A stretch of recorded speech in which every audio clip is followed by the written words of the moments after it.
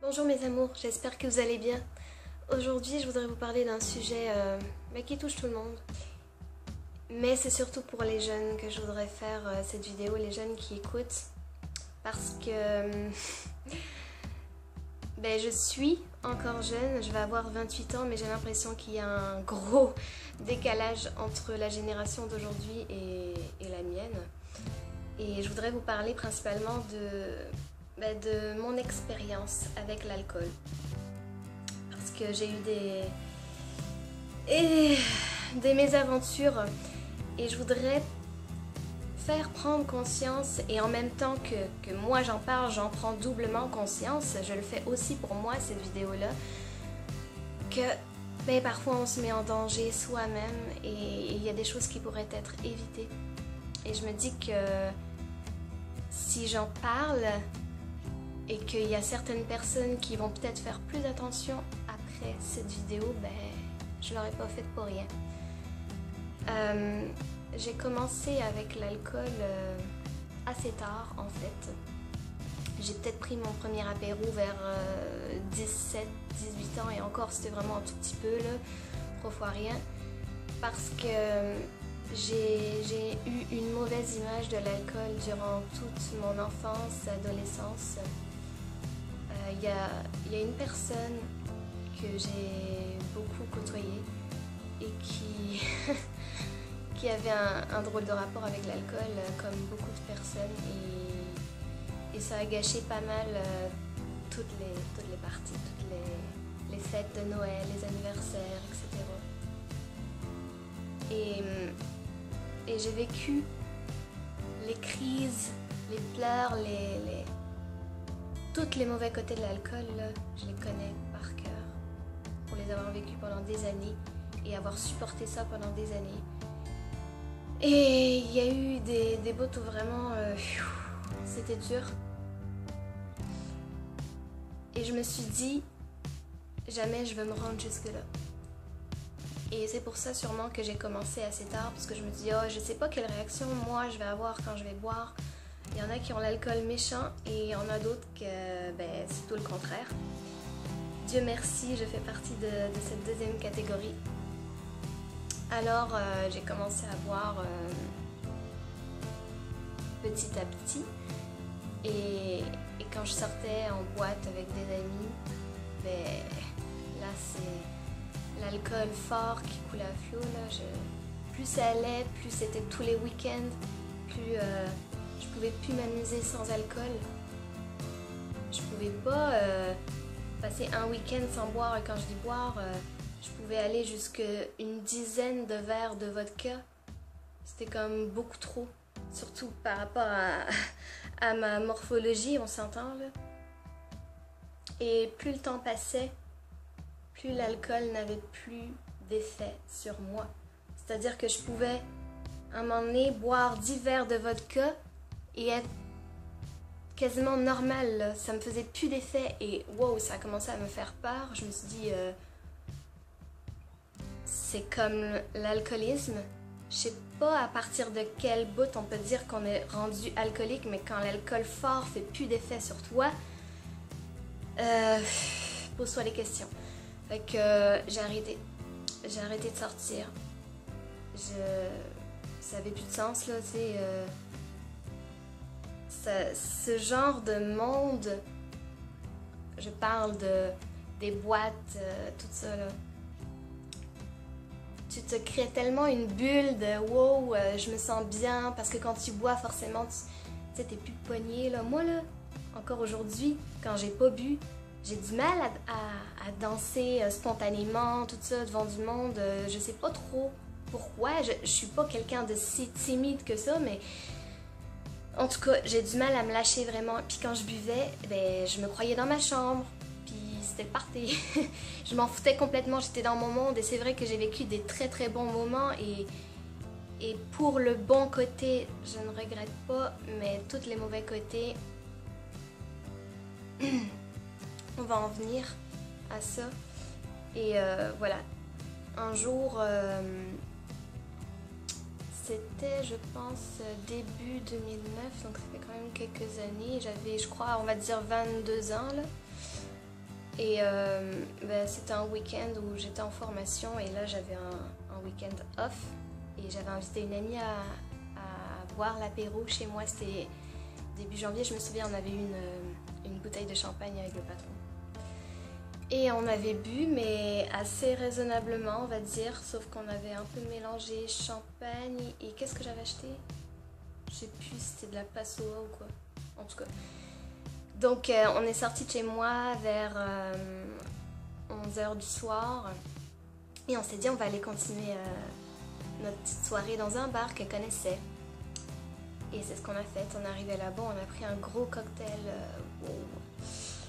Et c'est ça, je pense, qui nous a achevés. Et là, on était vraiment rendus saoul, vraiment saoul. Et il y a des gars qui nous ont accostés. À un moment donné, j'ai vraiment des souvenirs assez vagues. Je me souviens juste de certains bouts, en fait, de cette soirée. On a voulu rentrer chez moi à pied, en plein centre-ville, il devait être 1h du matin parce qu'on devait aller en boîte, mais on était trop saoul, fait qu'on s'est fait de refouler. Donc on s'est dit, ben on va rentrer chez moi. Et sur le chemin, on s'est fait suivre par deux gars qu'on ne connaissait absolument pas. Et comme on était tellement plus là, on n'a pas pu vraiment s'en débarrasser en fait. Ça serait aujourd'hui, maintenant, là, tu sais, enfin, on est à l'abri de rien, mais c'est plus facile quand t'as tous tes esprits, là. Sauf que là, on n'avait plus nos esprits. Ils nous ont suivis jusque chez moi. Ils sont rentrés chez moi.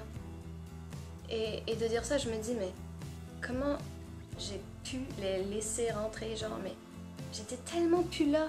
C'est que quand t'as bu, vraiment, tu deviens comme inconscient, là. Quand t'es vraiment bourré, tu fais plus attention à des choses tellement importantes, là. Fait qu'ils sont rentrés chez nous. On va pas dire qu'ils avaient de bonnes intentions. Hein. Ils sont montés jusque dans ma chambre et bon, ils ont essayé de nous violer. Je dis essayer parce que Dieu merci, eux aussi avaient bu. Et on va dire que ben, les hommes, quand ils ont bu, ils ont du mal à bander. Désolée pour les mots, comment tu veux que je le dise là. Et bon, on va dire qu'il y a eu seulement des attouchements. Ça aurait pu être beaucoup pire. Surtout que j'étais tellement saoule, encore une fois, que je hurlais et je faisais... Dans le fond, j'étais tellement... Je hurlais et je faisais des cris vraiment genre... Tu sais, vraiment super aigus, là. Et bien sûr, je hurlais. Les voisins sont jamais venus. Enfin bref, voilà quoi. J'ai agi exactement comme ce qu'il faut pas faire dans le fond. Enfin, je sais pas qu'est-ce qu'il faut faire dans ces moments-là. Là. Mais bref, faut pas hurler, c'est sûr.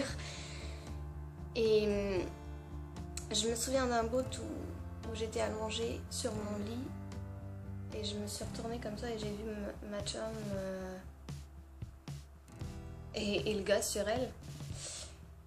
Et ça fait bizarre parce que quand on en a reparlé plusieurs fois après, elle avait le même souvenir avec moi.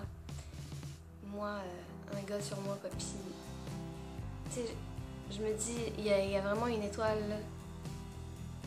Une étoile, puis Dieu certainement, qui veillait sur moi à ce moment-là, qui veillait sur nous parce que, à un moment donné, mon ami, qui avait 17 ans, qui était vierge en plus, maudit, je m'en serais tellement voulu là s'ils avaient réussi.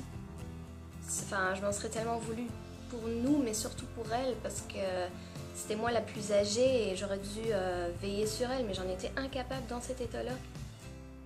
Elle est partie, elle m'a laissée seule avec les deux gars. Je sais pas comment ça a pu se passer, mais garde, ce bout-là, on saura jamais vraiment ce qui s'est passé.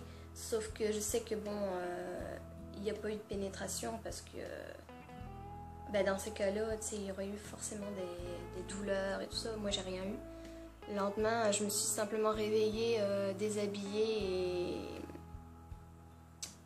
et l'appartement sans dessus dessous, dégueulasse. Bon, ils ont volé 2-3 trucs, mon téléphone, etc. Donc on est allé porter plainte, bref. Tout ça pour dire que si j'avais pas bu autant, là, j'aurais eu tous mes esprits. Et et j'aurais veillé sur mon ami et probablement que cet épisode-là n'aurait pas existé. L'alcool te fait perdre toute ta tête, là. C'est comme... T'es tellement dans un monde de bisounours, là, quand tu bois trop, puis t'es plus capable de te rendre compte que... Wow, on est dans la réalité, là. Vu comment j'étais habillée, bon, peut-être pas ce soir-là, que je viens juste de vous raconter, mais les fois passées où franchement je sortais, je buvais, et j'étais habillée court, je sortais comme ça tard, je m'en rendais même pas compte, je m'en foutais, là. On peut pas faire ça.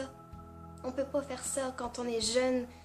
Dans le monde d'aujourd'hui dans lequel on vit, le risque est partout. Il y a eu des fois aussi où je suis rentrée chez moi ou même un soir où je devais rentrer dans un appartement, c'était à Cannes, là, je pense, c'est arrivé la dernière fois. J'étais tellement saoule, ok, que j'arrivais pas à sortir mes clés de mon sac. J'arrivais pas après à ouvrir la porte. J'avais la clé en main quand je les ai trouvées, j'arrivais pas à ouvrir la porte, là. Il y a plusieurs fois où j'ai failli dormir dehors parce que j'ai pas réussi à mettre cette petite clé dans la serrure. C'est tellement niaiseux. Mais regarde, ça peut arriver. C'est incroyable et voilà tout ça pour vous dire que ce genre de choses, aujourd'hui, je ne veux plus me rendre dans ce genre d'état. Je dirais pas comme la chanteuse Marie-Lou qui a posté un statut dernièrement comme quoi elle arrêtait de boire puis que c'est pas pour ça qu'on doit la traiter de personne plate. Elle a raison. Elle a enlevé d'ailleurs son statut, je sais pas pourquoi. En tout cas, bref, elle avait raison. Et je me suis dit non, je veux pas arrêter de boire complètement parce que bon, maintenant, c'est sûr que je bois mon petit verre de vin en mangeant de temps en temps le soir, puis c'est apprécié.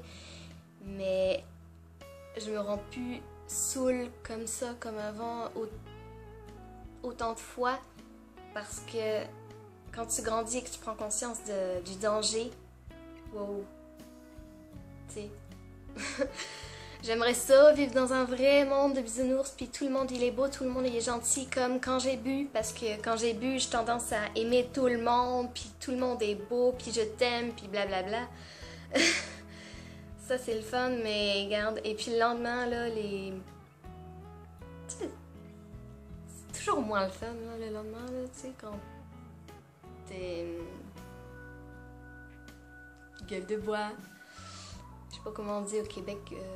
gueule de bois. Enfin bref, t'as tout qui tourne, puis hey, en gros ta journée est... Tu peux pas faire grand chose de ta journée là. C'est parce que t'as tout qui tourne encore. En tout cas bref. Je voudrais simplement que les jeunes personnes qui écoutent prennent conscience que boire quand t'es jeune, que tu veux faire comme tout le monde, puis que tu te penses cool, parce que oui, quand on est jeune, on est cave. On a des choses à prouver aux gens. Genre, je suis capable de boire, je taffe. Wow. Non, c'est pas comme ça que ça marche, là. Quand t'es suffisamment intelligent, tu te dis que tu peux t'amuser sans boire. Puis j'espère qu'aujourd'hui, je serai capable, en buvant beaucoup moins, de m'amuser pareil, parce que quand t'es bien entouré, ben c'est ça qui compte, puis c'est ces moments-là que tu dois garder, et pas... il y a un jour où j'ai pas réussi à rentrer chez moi, que ça a sonné le lendemain, j'étais chez ma mère, et on a retrouvé un portefeuille, madame, c'était sur le palier, ben oui, parce qu'en fouillant dans mon sac, j'ai tout sorti, et j'ai même pas ramassé mes affaires, là. Je vous dis, mais c'est fou que... Il y a vraiment quelqu'un qui veille sur moi, là. Parce que ça aurait été une autre personne qui serait passée dans les escaliers à ce moment-là. Il aurait pris mon portefeuille, là. En plus, c'était un guess. Il n'y avait pas forcément d'argent dedans, mais si tu dois tout refaire tes papiers, puis... Voilà. Ça peut arriver à tellement de personnes. Prenez conscience de la chance que vous avez d'être en vie et... La gâchez pas en faisant n'importe quoi. On peut boire, mais il faut pas se rendre dans des états lamentables. Ça sert strictement à rien. Tu peux profiter en buvant 2-3 verres puis that's it, là. Fait que c'est ça. C'est un message que je me dis à moi-même aussi, là. Fait que voilà. Prenez soin de vous, mes amours. À très bientôt pour une nouvelle vidéo. Bye bye.